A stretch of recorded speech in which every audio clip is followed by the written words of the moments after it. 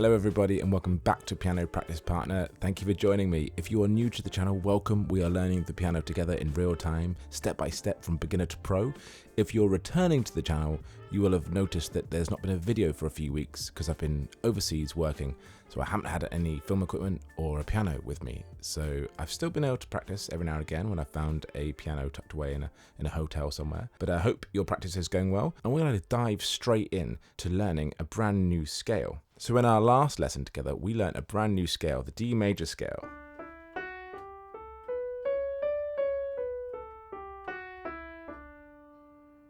And this was exciting for us because it had not one, but two black notes.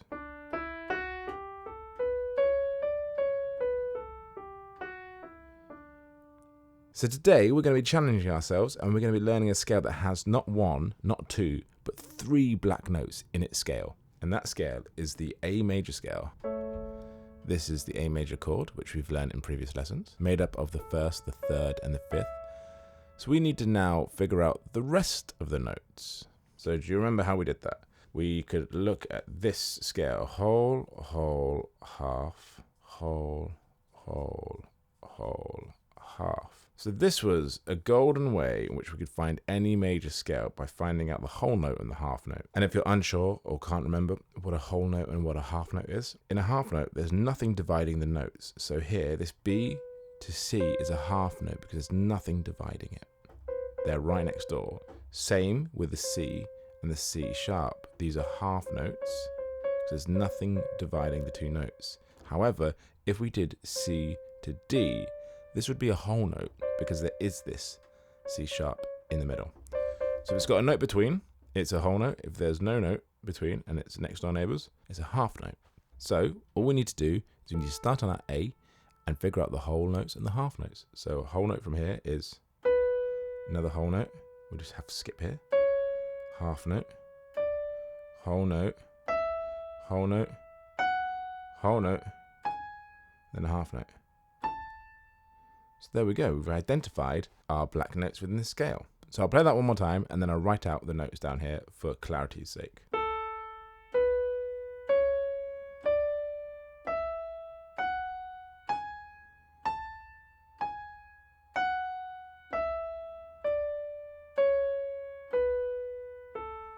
Excellent. So let's write out what notes we have available to us. So here we go. Here are the notes written out. I'll play and speak them at the same time. A, B, C sharp, D, E, F sharp, G sharp, A. And then back down. A, G sharp, F sharp, E, D, C sharp, B, A. So there we have it.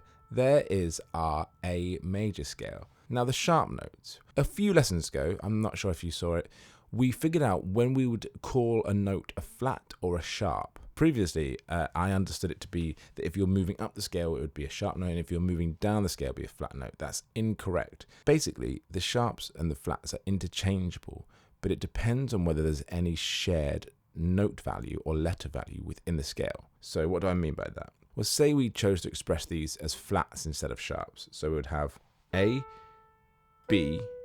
This would now become D flat, D, E, G flat, A flat, A.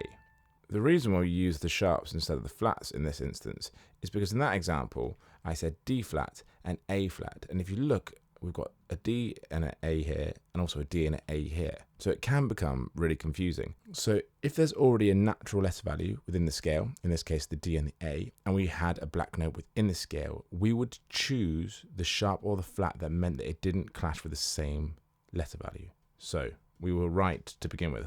I was just using this as an example, but you can see that C sharp, there's no ambiguity between the separation of these two notes.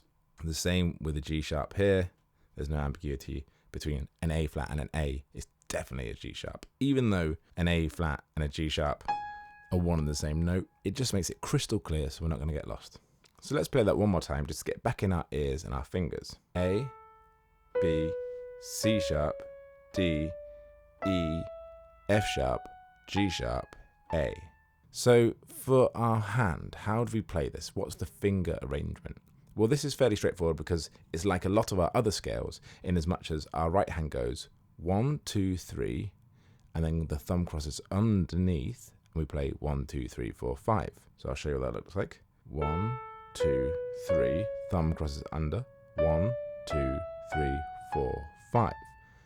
And then we'd reverse that on the way down. 5, 4, 3, 2, 1.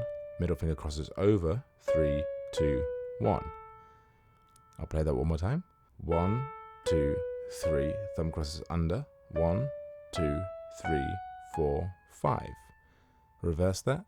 5, 4, 3, 2, 1. Middle finger crosses over, 3, 2, 1. So even though the skill level of this is a little bit trickier because we have 3 black notes now, it kind of still feels natural under the fingers because this is a pattern we're used to playing. It's exactly the same fingering pattern as the C major, right?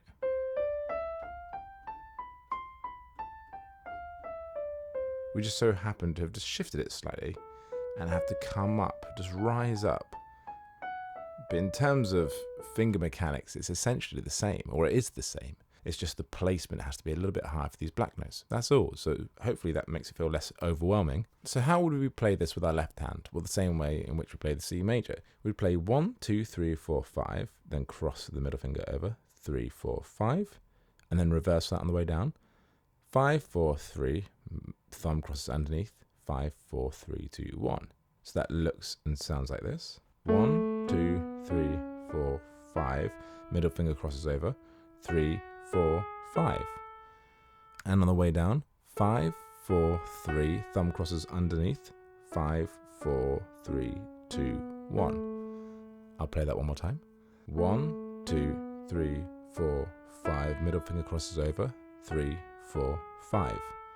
Reverse that. 5, 4, 3, thumb crosses underneath, 5, 4, 3, 2, 1. So there we go, there's the right hand and the left hand for the A major scale. So let's combine these exactly the same as the C major scale, where they're slightly out of sync. We've learnt them independently, so now it's just a case of just taking our time and figuring out this little transition point, because one hand will shift and then the other hand will shift. Same for the A major. So let's piece this together slowly.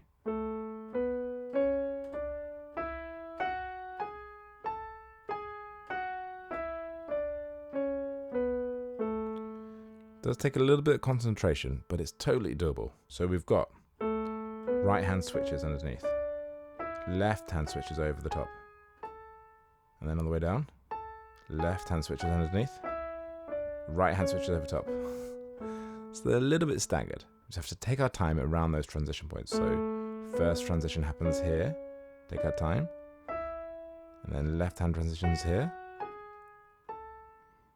and then on the way down, left hand transitions here, right hand transitions.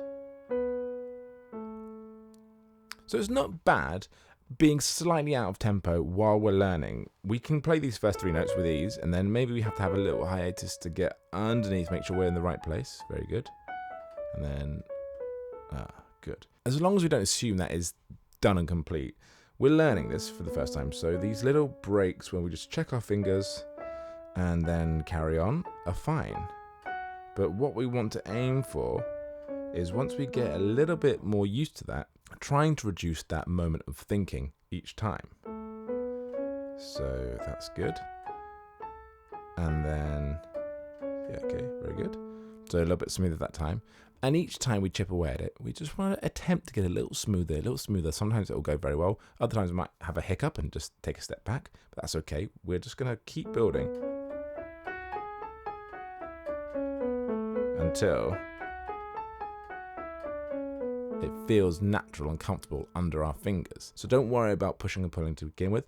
Just get used to the sensation and then start to try and form that into a nice, smooth, even run up and down this A major scale. So that's the lesson for today. It's a nice and simple one, just learning a brand new scale for ourselves. Thank you for joining me. Next week, there'll be a practice along session for this lesson. So if you're new here, what happens is I set up an exercise, I start this trusty timer here, and then I mute my piano and we practice along until the timer runs out. It's a way of giving ourselves some accountability, but also just it's nice to practice with people, isn't it? But thank you so much for joining me for this lesson. I'm really happy to be back home with my stuff, being able to practice and being able to share this with you guys. Please drop me a line below. Let me know where you're practicing from, what your wins of the week are. If you haven't already subscribed, please consider doing so. It really helps me out. But thank you so much for learning this instrument with me, and I look forward to seeing you next time on Piano Practice Partner.